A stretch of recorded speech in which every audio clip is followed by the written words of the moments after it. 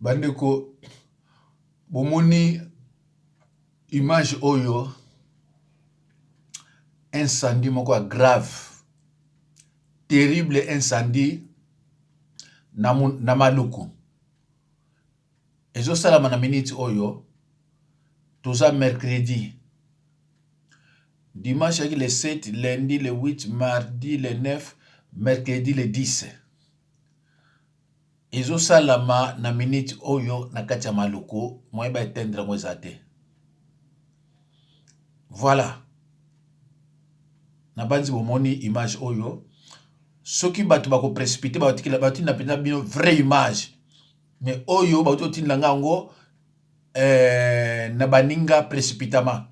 Ba image mususu kolanda bino après. Bandi ko ngai pendant que baza ko utiliser Kasongo na mama oyo Denise Nyakero pona ko bengisa mama bata 69 ans. Bango kuna bazana ba programme mususu.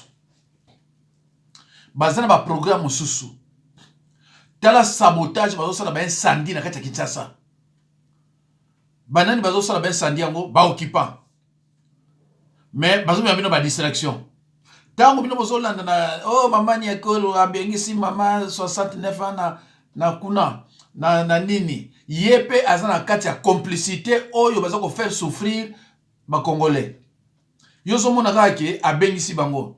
Mais makambo eza na se yo ebiango te. Yozo mona kake abengisi mama wana, abengisi mobile na ye, bakangi ye, bakasongo. Donc bango bazo baluba, bakotisa bango na kati ya distraction pour na ko détruire RDC.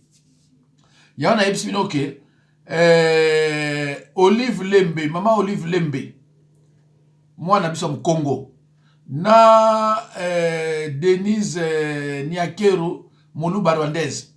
Donc, il n'y a pas photo. Il n'y a pas photo. Nga nazo koluba awa, nazo chamayi na mnokote. Nazo luba pona mboka, nazo fingate. D'ailleurs, numéro na ngai, ezali 06 51 03 90 89. Ba o bazali banda 0033 6 51 03 90 89. Et ça n'a pas tout souvent commandation non, mais on peut sa numéro te na pesa ka numéro R nyonso. Lukola nga na finga gate na banga rapete. Na lubaka oyo nazo mona oyo eza vérité. Nga naza musel na nzambe, je ne suis pas n'importe qui. Voilà. Donc nani mama Olive Lembe, na Denise Nyakero. En tout cas photo ezate. En tout cas bonime sa photo ezate. Comment beaucoup de sa maman wana pour des futilités alors que ma kamamboka est primordial. Maman batusuka zolo azolo banaye parce que tu le bois compétent. Mboso incompétent. Denise Nyakero incompétent sur le salaire comme ça. Est-ce que ce sont des injures? Ah, baloba te. Alo bande kunangai. Tokende totala ba maman congolaise. Ndenge ba sepelité, ndenge ba siliki pour un comportement ya mama Denise Nyakero. Bolanda mama oyo s'il vous plaît. Je viens principalement faire ma vidéo pour ce qui se passe par rapport au dossier de maman Marie. Je ne sais pas si nous au Congo nous sommes des locataires et les nouveaux soi-disant présidents et la première dame de l'IDPS, c'est elle le propriétaire de la parcelle d'où nous on loue au Congo. Ce sont des choses qu'on n'a jamais vues. Ce sont des choses qui dépassent l'entendement. Humilier une maman de 69 ans dans les réseaux sociaux, à la télévision, etc. parce que la dame n'a fait que dire la vérité. Et, non, Congo vraiment, c'est que tout ça est l'occulté. Basi tout y a Congo batanga makilate. Moi, c'est extraordinaire le quoi Denise Nyakero, moi ça Félix Azati. Donc, ma première dame, il y a les Bosso et na Congo, il y a Denise. Eh, maman, ou en Zambia, ou épée sous la Bible. Pourtant, sa maman ou bien bien, ou l'accès qui est, maman, on s'alloue à la katia Bible. Donc, la katia Bible, des amis, balobi, faut honorer le président de la République, n'a moi, ce n'est pas tout ça, bakonzi. Eh, on n'a pas tout ça, on n'a pas tout ça, peuple. Poti boza la présidence, soi-disant, il y a que peuple m'a voté bino. Malheureusement. Mais est-ce que vraiment, en tant que maman, Bible, on a eu tangi wana. Et le bino kosara makambo yona mobile no sara. Pour commandement et liboso nzamba tiki na kati ya Bible ça dit aime ton Dieu plus que tous et puis aime ton prochain comme toi-même. Bino bo aimer ba prochain bino quoi bino. Ba tel boso fait bato c'est bino. Pour même dans notre Père, pardonne-nous nos offenses, comme nous pardonnons aussi à ceux qui nous ont offensés. Mais bino no bobandi ko pardonner te. Bino no bobandi ko respecter les lobango nzambe te. Bino no bobandi otambola conformément na yango te. Mais bolingo tambo ça va congolais conformément na lobango nzambe. Qu'est-ce que cette maman a dit qui n'est pas vrai? Qu'est-ce qu'elle a dit? Oh yakosi. Premièrement, va voter mobile non soit disant va voter to va nommer président. Mboka liboso yo telema na Congo qui donc ça fête à Rwanda. Donc sous na mo toujours na sima pour bossa. Au sala fête na bande ko no ba rande bo yibo bina ba nse ko mboka na bido bosala biso ba tralala nso bo ko sala. Nyo so na biso ba congolais ba spectateur to tala bino. To longwe na wana. Après toi comment on a bino na Rwanda bosaki couple ami, couple coéquipier.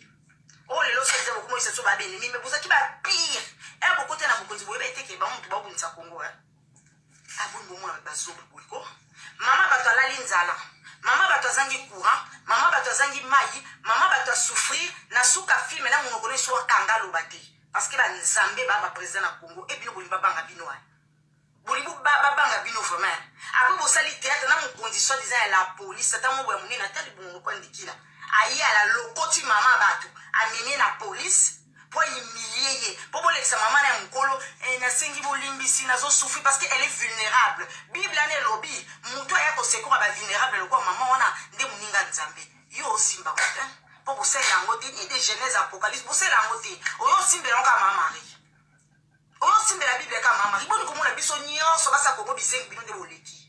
Toi, le locataire, tu es comme un boca, tu es étranger ou rwandaise, mais tu es congolaise. Mais nous, vous avez libéré là, tu as libéré non pas de c'est ma présidente, il y a première dame, il y a IDPS. Si tu as continué libéré non pas de c'est comme vendre. Pour ça, vous l'on sait que vous allez l'autre. Vous avez humilié maman batam kolo boko. Vous avez signé pour la mettre ma congolais boko. Vous torturez peuple là, vous bien les boca ramino kobolo beloko. Tu vous maman bego simo simbi bible tika nzamba lo la bible osimba qui traité dans toute sa rigueur lo baza ka nzamba no nzamba ba congolais te on est mon simo te ma beboyi donc tu veux mener la vie dure à tout le monde tu veux faire taire tout le monde ba lo belo côté ba sa volonté la binonde brosa yo no belo brosa laxa ba lixo bino ko tsala ko zana mote bo la sa ba tunde bo vivre la jouissance ba fête mi coloniaso mi tuka ya valeur ba boye ba congolais pauvre maman wana te kaso ki ni na kasa zandu. Elle est en train de souffrir, mais contribuable à Congolais, et on bino bonjour nango. Mais va l'obélo, tu vas quand même nous on va faire pour banga yo. Oh là la Bible, oh tu dis la police va quand même à 4h du matin. Sorcière que tu es dans le lobby là yo. Oh yo fin et bimba maman n'est là tata na lobby ok et bimba maman n'est là tata. Dès qu'on comme pas n'importe quoi et bimba maman là on a tata là yo. Et songe on a les bottes dans mon bimba. Sorcière que tu es na fin yo comme ça tu n'as pas police va au Canada bisika nyo so yo lingi. Sorcière, moi c'est une doti. Moi c'est ma paix rwandaise, rwandaise, autoconsité. À cause de maman, à cause de tu es une rwandaise. Tu es une rwandaise. Au Rwanda, ça fait tu connais bien dans sa boca, la tata na maman bino. Tout le monde a quitté. Moi je te quand mon abso to lobate parce que ndemo so tanga makila abso to biso ne tozaba to tanga to fina. Ya mo photo banga yo. Boni ko mama. Boni. Mama bata mukolo bongo. Koko kutu ya ba biso ko. Congolaise de père et de mère. Oh humilié et bongo et toi tu l'as beaucoup plus bas na Beethoven dans un président congolais bande de sorciers beaucoup sous comme bien on a mobile on a combo d'ailleurs bandoki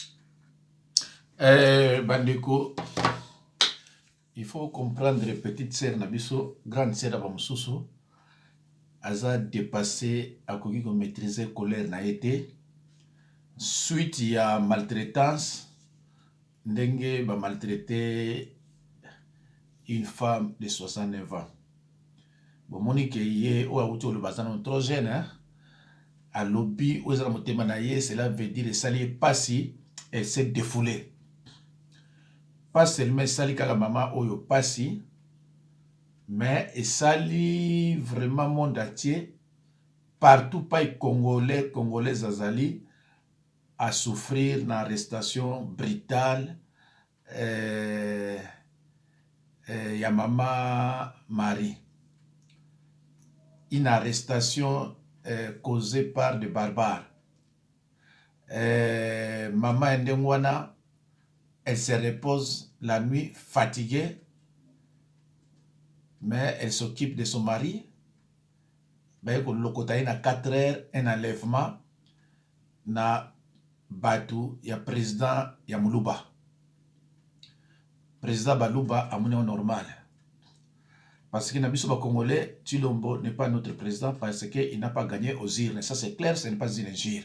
Nous avons clairement parce qu'un vrai Congolais a voté Muluba.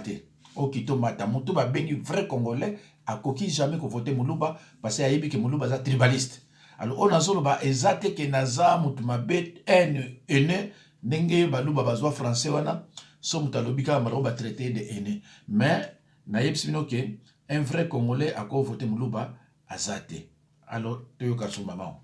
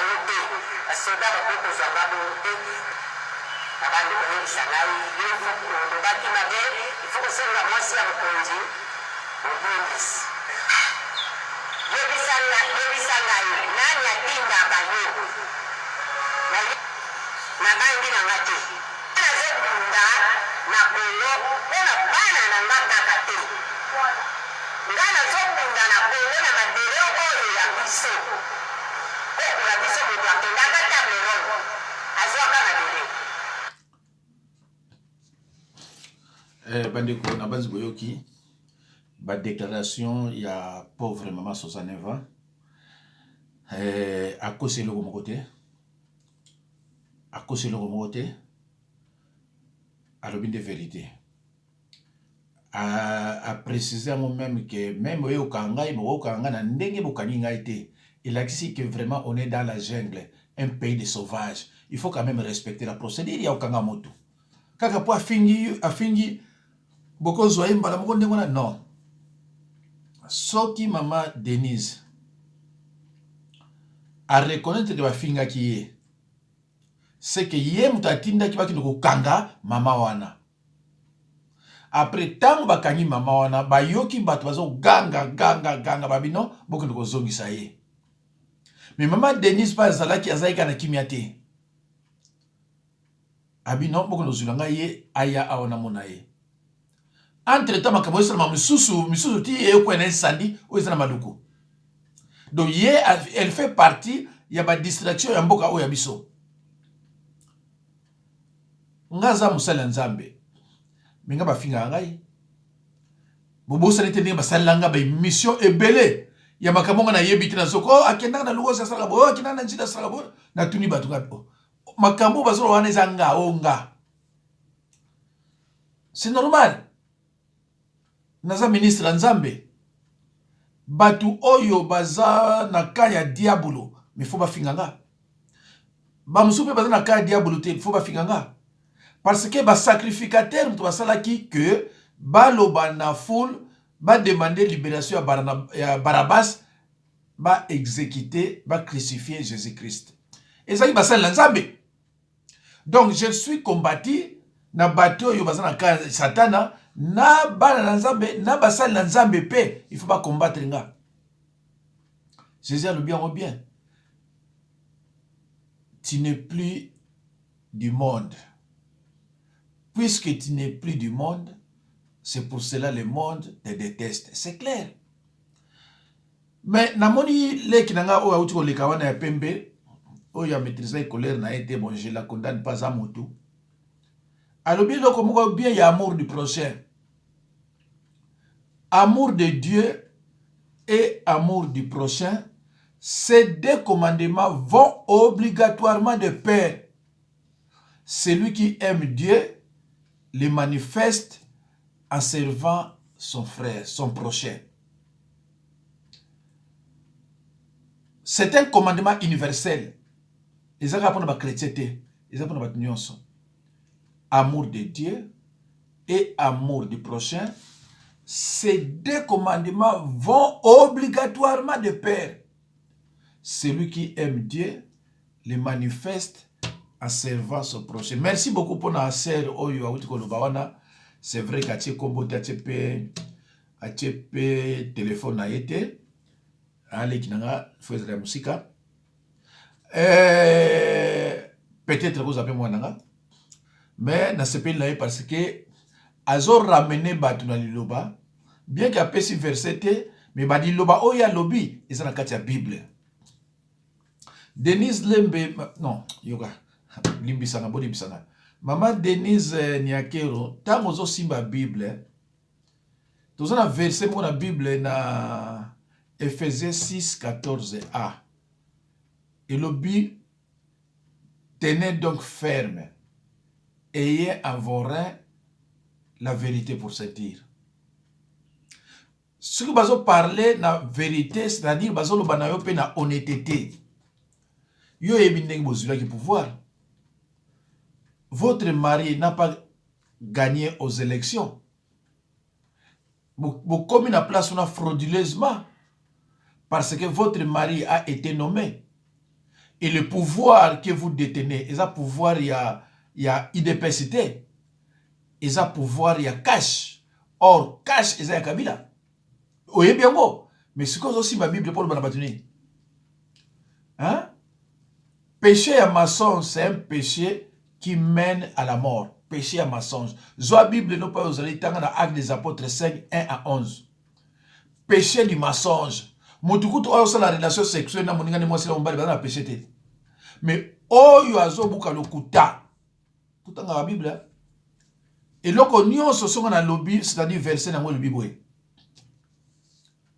Et là, ma peuple, ça comme on a pas si misère dans le sakanate. Alors, kaka binom tozo liaka, kaka binom tozo mela masanga, kaka binom tozo kene na ba fête l'air nyonso. Mama wana bozuye bo torturer akondi manamoko. Eza mawa na yebite so na momone lo mo awa. J'ai attendu. Yangote. Ce qui n'a pas yango. Comme ça, na olakisa bino. Ndenge batu na bino. Bazana. Voilà, total. Tout ça, moi, c'est bien. Voilà, on est là.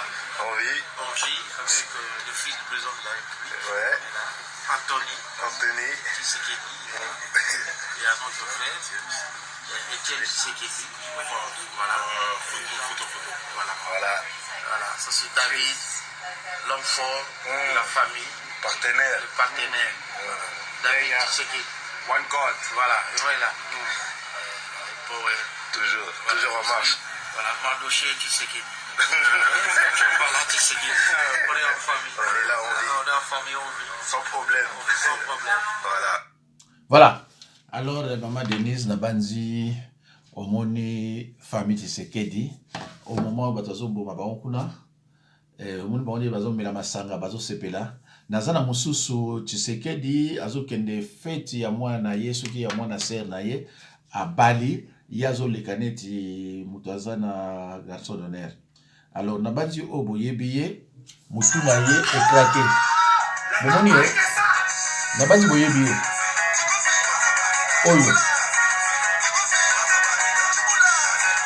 Voilà. Donc oyo Muluba obo yebiye a pété plan mutu et ça va bien dire. Alors tokoyoka su mama moko leki na biso pona biso ba oyo azana kati ya azaki vusiani yepe vraiment akokaki ko retenir ba colère na été mais avant to komta na ye totala nano ndeko congolaise azopesa conseil moko peut-être cause la personne ko aider batu mususu to lekisango parce que biloko mususu to négligeaka ezalaka malamu te. Alors bolandaye.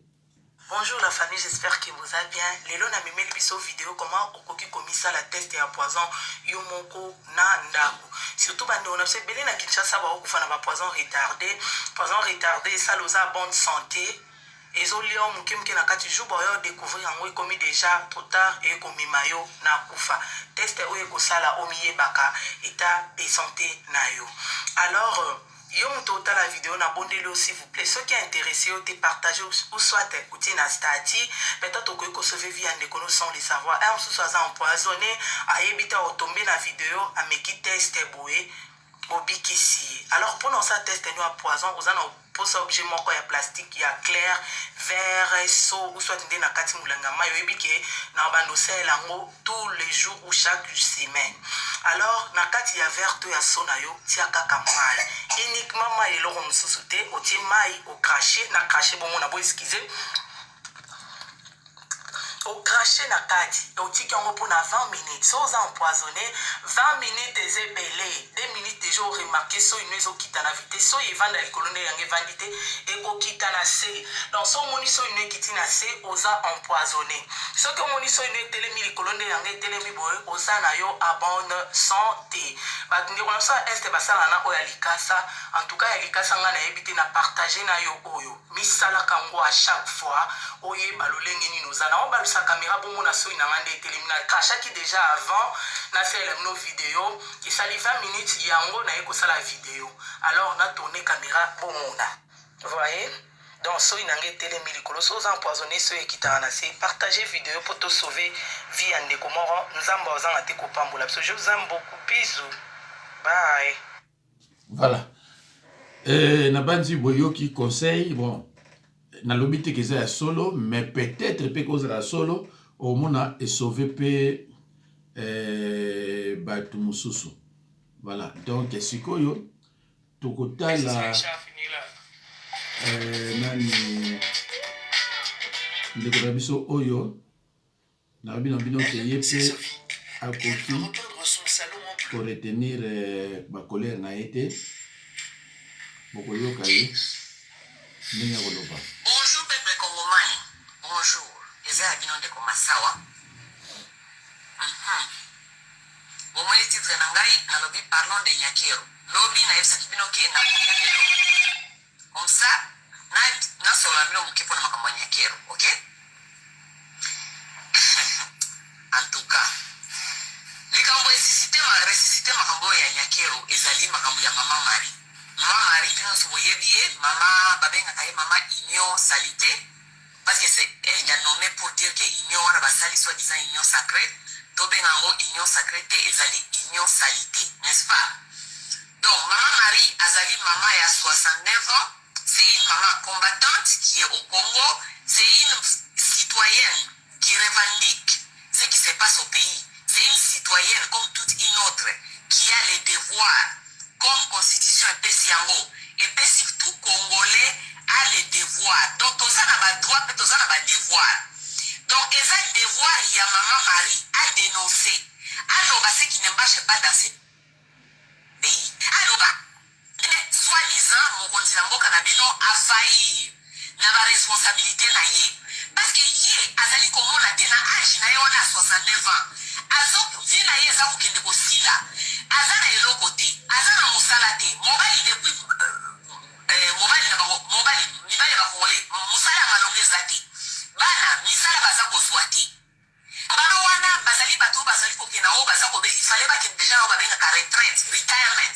Mais jusqu'aujourd'hui, elle continue à vendre. Elle est dans le marché. Azana saving, ça veut dire bah, épargne. Azana est l'autre côté. Donc vous voulez nous dire que cette dame-là, elle n'a pas le droit de revendiquer. Parce que il y a union sacrée, oh il y a zéro union salité. Vous les avez promis beaucoup de choses. Bino ba kia idepes, vous promettez qui va Congolais changement. Vous promettez qui va Congolais, que Kabila sa mutubabe, Kabila nda bomimboka. Bosiko boni bino boye. Ba Congolais on a bino promettez qui bobina ba peuple d'abord, social d'abord. Ba ko ba yeba ki que social d'abord ça veut dire que ba ko peut-être ba ko taka ofele na bolge bomeka wana esi kufana ko parce bana ba kuma bazonga na mako kufuta classe. Ba yeba ki que social eli koloba ba kolia bien social eli kolobaki ba kozala na ba benga oni ni free medicine, ça veut dire que santé na bango et vous allez peut-être prise en charge par l'état. Moi ne pas benga social ni koloba santé, éducation. Moi ne ezali par ya social. La peuple a se retrouver, peuple a mona quelque chose na kati ya bokonzi na bino wana. Mais boni bino ba taide pesi beaucoup mettre qui bango peuple d'abord soit lisana social. Batu wana baza kotala bino kotina ki bango bonisida ki bango babengana Kabila. Batu wana baza kotala bino boza kolia, bozali koyiba, bozali ko séjour, boza ko kene ba vacances na poto. Oh président qui vacances médicales. Oh président accueilli. Donc vacances médicales président Abima Karamboka accueilli vacances médicales. Akena oka mosusu pour contempler bamboka batu mosusu. Accueilli soi-disant accueilli comme la docteur. Président Abimi accueilli na mboka mosusu. So bamboka komi tuna boni président oya prometa ki biso biloko wana oyo soi-disant Kabila pesa ki biso te. Boni yemoko aza ko la même chose. Donc tant qu'une citoyenne consciente, Maman Marie a remarqué cela. Elle s'est mise debout à son âge pour revendiquer qui est son droit et son devoir. Pour revendiquer ma campouana. Voilà,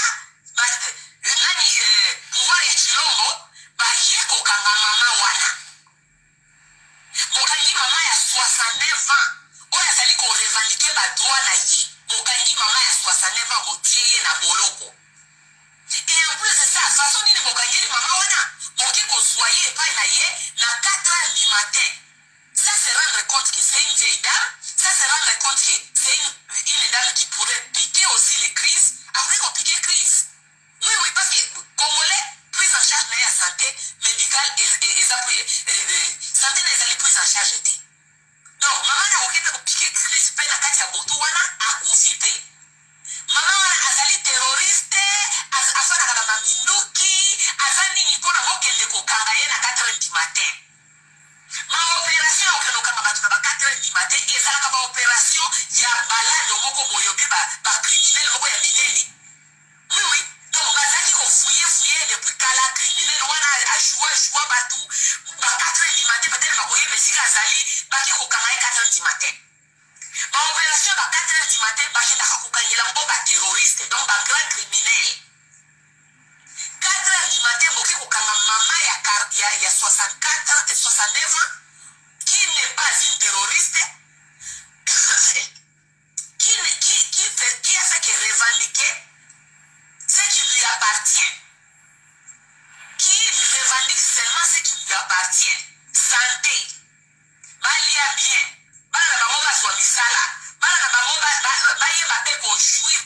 ya mboka justement makambo ya mboka ezali kaka bana ya Keru te bana ya Chilombo te eza kaka ya mama Marti te eza kaka ya famille Tshisekedi te justement ya mboka wana ezali pour tout peuple congolais parce que tout ce qui se minere wana nyonso ya Congo wana nyonso ça nous appartient à nous tous raison pour laquelle gouvernement balobaka ba place mususu na bango mususu balobaka santé ofele école ofele biloko wana nyonso parce que mbongo wana ya mboka ya coltan ya diamant ya biloko wana nyonso na place ekendaka babanda kopesa mutu na mutu mwa chèque te bapesa mutu quelque chose ndenge basalaka epa baarabe soki bateki bapetrole basali makambo ya mboka oyo mbongo wana mosusu etikali bapesaka baarabe mutu na mutu chèque eyaka bandako ya baarabe biso nde bakongole fale tokóma na niveau wana me lokola biso tomonaka ya biso chèque te mbongo na biso wana tolingi komona yango ekota na kati ya infrastructure tolingi komona yango ekende na kati ya éducation ya bana